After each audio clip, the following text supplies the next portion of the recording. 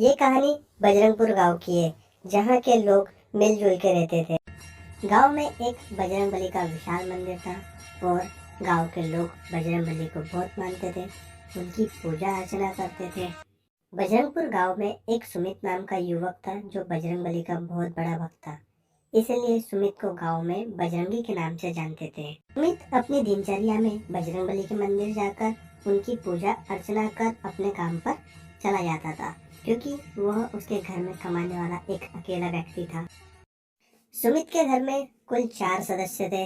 एक उनकी माताजी, उनकी धर्मपत्नी और छोटी बहन चुन्नी थी। चुन्नी बहुत नटखट थी, इसलिए परिवार की लाडली थी।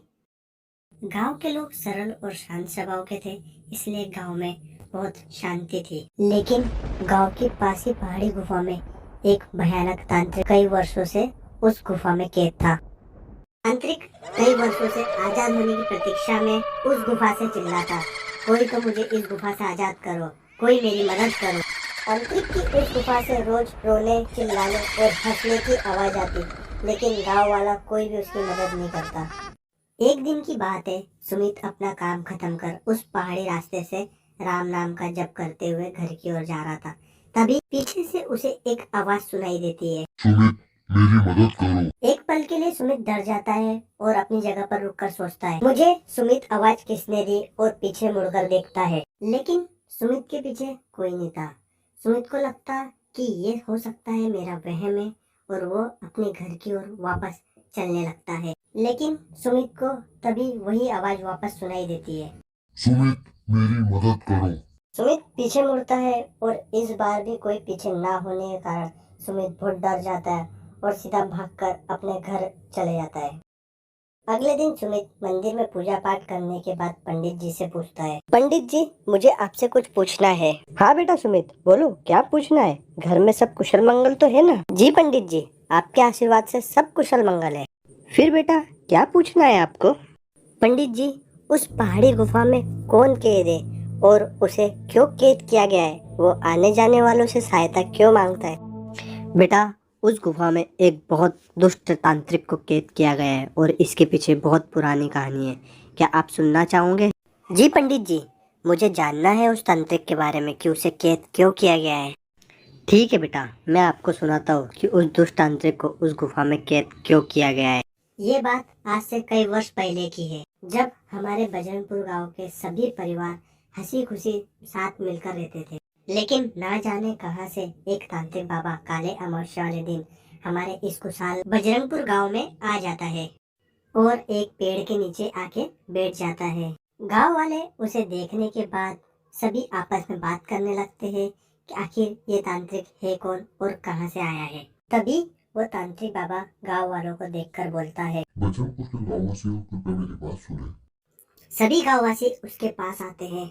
फिर बाबा बोलता है, आप सभी मेरी कुछ सहायता कीजिए, मैं बहुत दूर से आया हूँ। एक पल के लिए गांव वाले उसकी भारी आवाज सुन डर जाते हैं। गांव वाले भोले और सीधे थे, इसीलिए बाबा की सहायता करने के लिए तैयार हो जाते हैं और गांव की महिलाएं अपने घर की ओर जाने लगती है और गांव के पुरुष उस बाबा को गांव में एक छोटा सा घर दिखाने के लिए ले जाने लगते हैं। लेकिन गांव वाले इस बात से अनजान थे कि ये तांत्रिक बाबा बुरी शक्तियों को पाने के लिए इस गांव में आया है। फिर सेठ जी बोलते हैं, बाबा, आप कुछ दिन यहाँ रहिए। इतना बोलने के बाद दोनों अपने गांव की तरफ जाने लगते हैं। एक दिन की बात है, गांव का एक व्यक्ति गांव में घूमते फिरते तांत्रिक बाबा के घर के पास आ जाता है। तांत्रिक मन में सोचता है, अच्छा हुआ आज मेरी बलि के लिए एक इंसान खुद चलकर मेरे घर के पास आया है। आज इसकी बलि देके मैं अपनी बुरी शक्तियों को और बढ़ा लूंगा। तांत्रिक उस व्यक्ति को अपनी बुरी शक्ति से अपने वश में कर लेता है।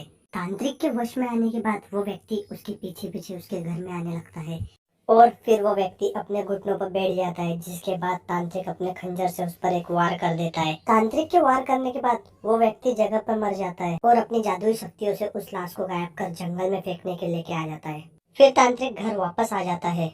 जंगल में पड़ी उस लाश को देखकर गाँववासी बहुत डर जाते हैं और मन ही मन में सोचने लगते हैं कि ऐसा कौन कर सकता है हमारे गाँव में।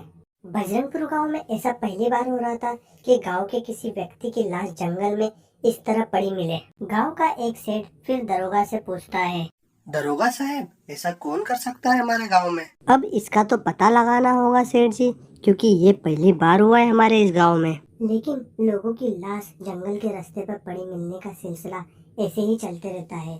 कभी किसी महिला की लाश तो कभी किसी बच्ची की लाश उस रास्ते पर पड़ी मिलती। जंगल में मिल रही इस तरह की लाश को देख गांव में डर का माहौल बन जाता है और गांववासी घर से बाहर निकलना बंद कर देते हैं और गांव में सन्नाटा छा जाता है। एक दिन एक गांव का बच्चा तांत्रिक के घर के पास के पेड़ पर चढ़कर खेल कूद रहा था। तभी वहां एक गांव का व्यक्ति आता है। तांत्रिक उस व्यक्ति को भी अपनी जादुई शक्ति से अपने वश में कर अपने घर में ले जाने लगता है। तांत्रिक को ऐसा करते हुए देख वो बच्चा देख लेता है।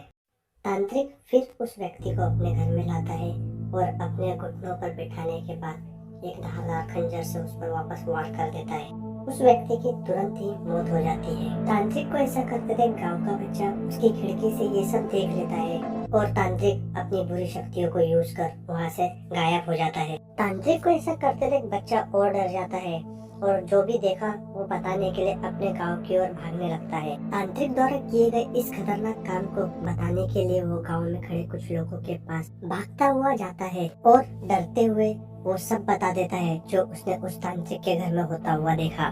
बच्चे की बात सुन गांव वाले और भी डर जाते हैं और सब सोच में पड़ जाते हैं। तभी दरोगा साहब बोलते हैं, आप सभी डरे नहीं, यदि ये कार्य उस बाबा ने किया है तो मैं उसे छोड़ूंगा नहीं और सजा दिलाकर ही रहूंगा। लेकिन तभी गांव का व्यक्ति दरोगा से बोलता है, दरोगा जी, जैसा इस बच्चे ने बताया कि बाबा के पास काली बुरी शक्तियाँ है तो हम उसका कुछ नहीं कर पाएंगे। दरोगा जी, रामू ठीक ही कह रहा है। फिर अब हमें क्या करना चाहिए? दरोगा जी, पहले हमें मंदिर के पुजारी के से बात करना चाहिए। एक पुजारी जी है जो अब हमारी कोई सहायता कर सकते हैं और कोई ना कोई रास्ता जरूर दिखाएंगे। फिर सभी मंदिर के पुजारी से मिलने के लिए मंदिर की ओर जाने लगते हैं और वहां जाकर पुजारी जी से अभी तक की हुई सारी घटना को बताने लगते हैं और पंडित जी ध्यान से सुनने के बाद बोलते हैं, अवश्य ये वही तांत्रिक बाबा है जो निर्दोष लोगों की बलि देके काली बुरी शक्तियों पर राज कर पूरी दुनिया को अपने कब्जे में करना चाहता है। वो दुष्ट तांत्रिक अपने इस कार्य में सफल हो उसके पहले मुझे उसे जाकर रोकना होगा। पंडित जी के इतना बोलने के बाद पंडित जी उस दुष्ट तांत्रिक के घर की ओर जाने लगते हैं और वहाँ पहुंचकर दुष्ट तांत्रिक से बोलते हैं, दुष्ट तांत्रिक, तूने अभी तक जो भी किया वो मुझे ज्ञात हो गया है। तू अब किसी और निर्दोष व्यक्ति की बलि दे, उसके पहले मैं तुझे खत्म कर दूंगा। पंडित, तू मुझे मारेगा? ये तेरे बस में नहीं। तू मुझे नहीं मार सकता पंडित। बस अब मुझे एक व्यक्ति की बलि और देना है, उसके बाद मैं इस दुनिया पर राज करूंगा, फिर मेरे को कोई नहीं रोक पाएगा। आज वो आखिरी बलि मैं तेरे दूंगा पंडित और इस दुनिया पर राज करूंगा। और दोनों के बीच युद्ध प्रारंभ हो जाता है। दोनों ही अपनी शक्तियों का उपयोग करने लगते हैं।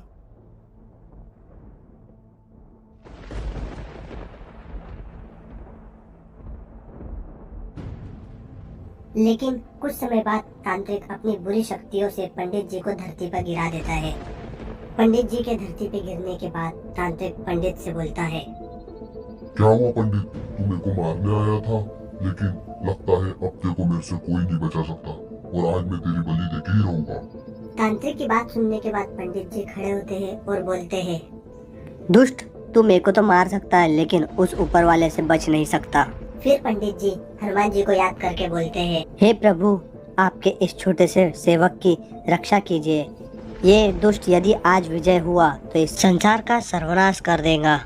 संकट कटे मिटे सब पीरा, जो सुमरे हनुमत बलवीरा। हनुमान जी अपने उस भक्त की पुकार सुन लेते हैं और अपनी शक्तियों से उस दुष्ट तांत्रिक को उस गुफा में हमेशा के लिए कैद कर देते हैं। यदि आप भी बजरंग बली के भक्त हैं तो वीडियो को लाइक करें, चैनल को सब्सक्राइब करें और वीडियो को शेयर जरूर करें।